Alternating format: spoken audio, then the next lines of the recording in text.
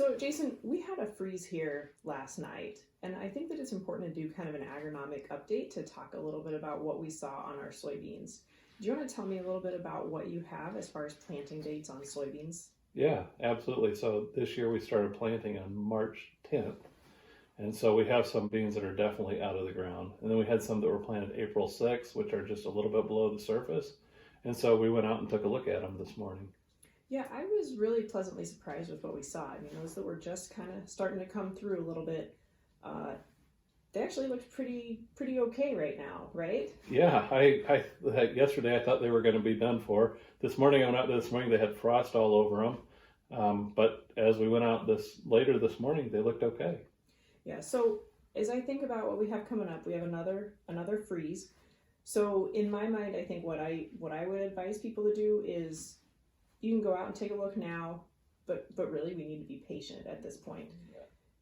I agree. I mean, it's going to be a few days until we know. The plants aren't growing super fast at these conditions, and so I think it's going to take a couple days to really know the full extent of what we have. And then once we get out there, say, like Friday, Saturday-ish, get out there and really start looking. I mean, when I look at them, the first thing I want to do is kind of try to break them and see if they're really crispy, I guess. So Yeah. If they snap, they're probably healthy.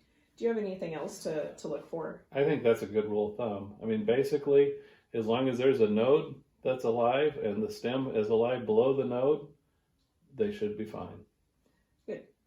We saw this last year. We had a similar experience last year. We planted in early March, and then those actually went through 3 snows, and they came out of the ground after 52 days in the ground. Really put the seed treatments to the test. And on May 7th, we had a 27-degree frost overnight. And that March planting date, we planted 6 planting days from March through June. And that actually ended up being the highest yielding date. So I wouldn't necessarily expect that, but they were fine, is the bottom line. Kind of goes to show that beans are just really amazing. They're amazing at compensating. They're amazing at withstanding really challenging conditions. Absolutely. They are pretty amazing. Yeah, they're really tough. Yeah.